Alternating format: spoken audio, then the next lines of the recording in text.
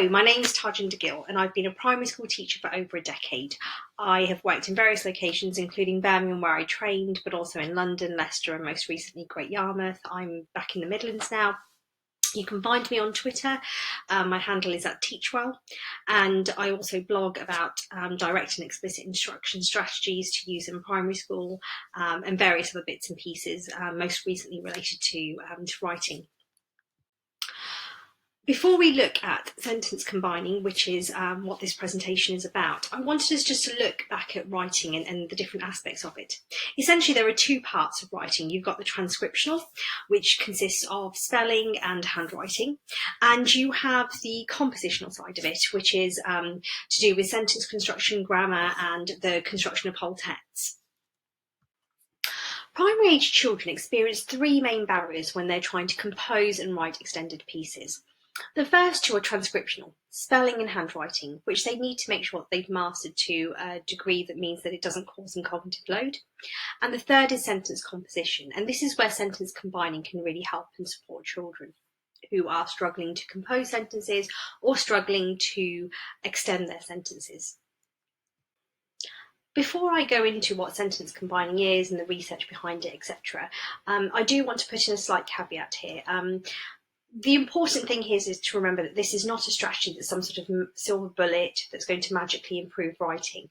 I think it's really important for class teachers or schools to analyse the writing of the children and really look at what it is that are the issues, and then to find solutions. Now, sentence combining is a solution to a particular problem, and it's particularly useful for those children who are able to write simple sentences, but are struggling to add detail to them, or struggling to move from simple to more complex sentences. Sentence combining is something that I only recently encountered via the Writing Revolution, and also through some research papers which Alex Quigley kindly sent me when he was supporting me with a spelling programme I was creating. And I put these up for you, the two that he gave me, but there's lots of research behind this. It's been studied ever since the 1960s, and it's been proven to be incredibly effective. There are quite a lot of books actually on sentence combining. The two that I used in terms of my own practice, but also when creating this presentation, are The Writing Revolution, which has a section on sentence combining, and Bruce Adler's book, which includes lots and lots of examples. I do recommend both. One of the reasons why I love using sentence combining is because as a strategy and an activity, it can be used to teach lots of different objectives. Now, I am going to be concentrating on primary objectives for the purposes of this presentation. However, I'm sure secondary colleagues can adapt these or find other examples in the books and the reading that I've suggested.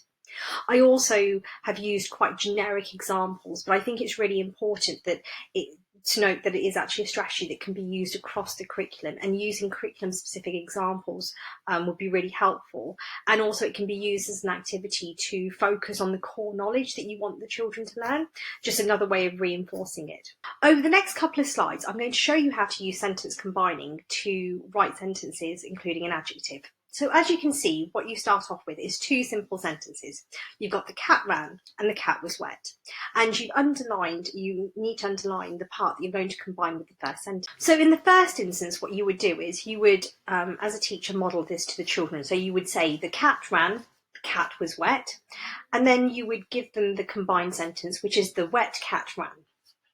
You may choose to do that a number of times depending on your class, and then what you would want them to do is you'd want them to start to combine the sentences themselves. This is still at the oral stage, by the way. So you'd give them a similar example. In this case, the wind blew, the wind was strong, and you'd want them to combine it in the exact same way that you showed them. So the strong wind blew is what you would expect them to come out with. Okay, so you might want to give them lots and lots and lots of examples to orally rehearse, both as a whole class and in pairs, before you then actually give them some written activities to do. And again, it should very much follow the same model that you've been teaching them. So here you've got the example of the girl cried, the girl was small, and the solution would be the small girl cried. And it should be familiar to the children. We should not vary what we're expecting in terms of an outcome, because the idea is that the children would very much master how to include adjectives in a simple sentence in this particular way. Now, I appreciate there's lots of different ways that you can write that sentence, but in terms of practicing this type of sentence composition so that children are confident, we do need to give them the chance to orally rehearse and to practice it. Right, so this is an example of how to use sentence combining to teach commas and lists. Again, you have the 3 simple sentences: Tom likes skiing, Tom likes football, Tom likes basketball.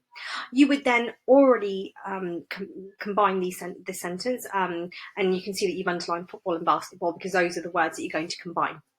And then you end up with Tom likes skiing, football and basketball. And here what you would want to do is you'd really want to talk the children through how you've combined those 3 sentences into one sentence, including using the comma and the word and. Here is a Year 1 objective, using and to combine words. The 2 sentences are Mabel is in reception, Mayan is in reception, and you're going to combine that using the word and produce a solution which is Mabel and Mayan are in reception. Now, personally, I want to pre-teach the single and plural verbs here, so they can understand why it is they've moved from is to are.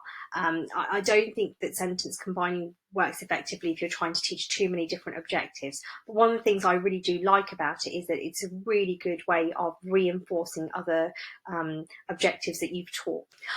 I think sentence combining really comes into its own when teaching conjunctions. As you can see, that it's very similar to the other objectives that I've shown you.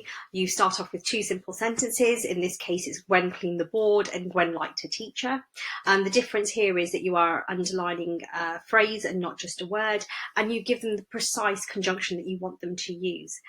You go through the same steps in terms of orally rehearsing, getting the children to practice. Now, later on, you can give them a wider variety. The children can select which conjunction they want to use, but in the first instance, when teaching it, you would want to explicitly give them all the information they need to be able to combine that sentence and really focus on that correct composition. So far, we've only really looked at how we can combine sentences to create another simple sentence or an extended sentence, but very much so with the idea in mind that there is a correct solution or one correct solution. However, in this case, you can see that we've got 2 sentences, and now we're moving on to a more sort of sophisticated understanding of how to combine sentences. Now, in this situation, you've got the 2 simple sentences again. Noreen spent £10. She spent it during a holiday. Again, you would underline the part that you would want to see combined. But in this case, you would show that actually there is more than one way of combining that. So during her holiday, Noreen spent £10. You've got your fronted adverbial, your prepositional phrase at the beginning there. And then the second example being Noreen spent £10 during her holiday.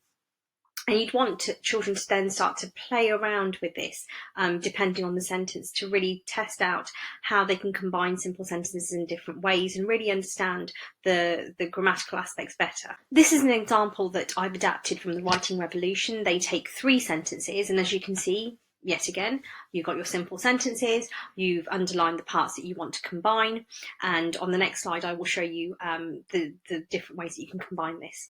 Here you can see 2 different ways of combining those 3 sentences. Now, in this instance, what I want to do is to give the children a word bank with different conjunctions, having already taught them how to use them using sentence combining. It's also a great example of how you can check to see if children have really understood the use of commas, and you can really talk through the differences between the 2 sentences and highlight key grammatical points, as well as really sort of compare sentences and see which work and which don't, which are more effective and which aren't. There are 2 main types of scaffold that you would use when teaching sentence combining. The first one would be in terms of going from whole class to paired work to independent work. Now, that's true both for orally rehearsing these sentences, but also for when you're writing them. So there's nothing wrong with, you modelling it on the board for the children first of all, but also the whole class doing that together, and then getting children to do it in pairs, probably on whiteboards, and then asking children to do it as a written activity on whiteboards or in their books. I also think that depending on your class, you may wish to skip the paired stage, or you may wish to introduce a group stage. It's up to you, however you think is going to work best for your children. The second scaffold, which you can add in and take away as you see fit in when you're teaching the different objectives, is underlining the part that needs to be combined with the first sentence. So here is the example with adjectives. And here is another example, and this time for conjunctions. I think it is important that you do give children that opportunity to combine the sentences without the scaffold, just to check and assess the children really do understand what they're doing. And that's the end of my presentation. If you do have any questions, please do contact me via Twitter, or you can do it via my website as well. I hope you've enjoyed this presentation.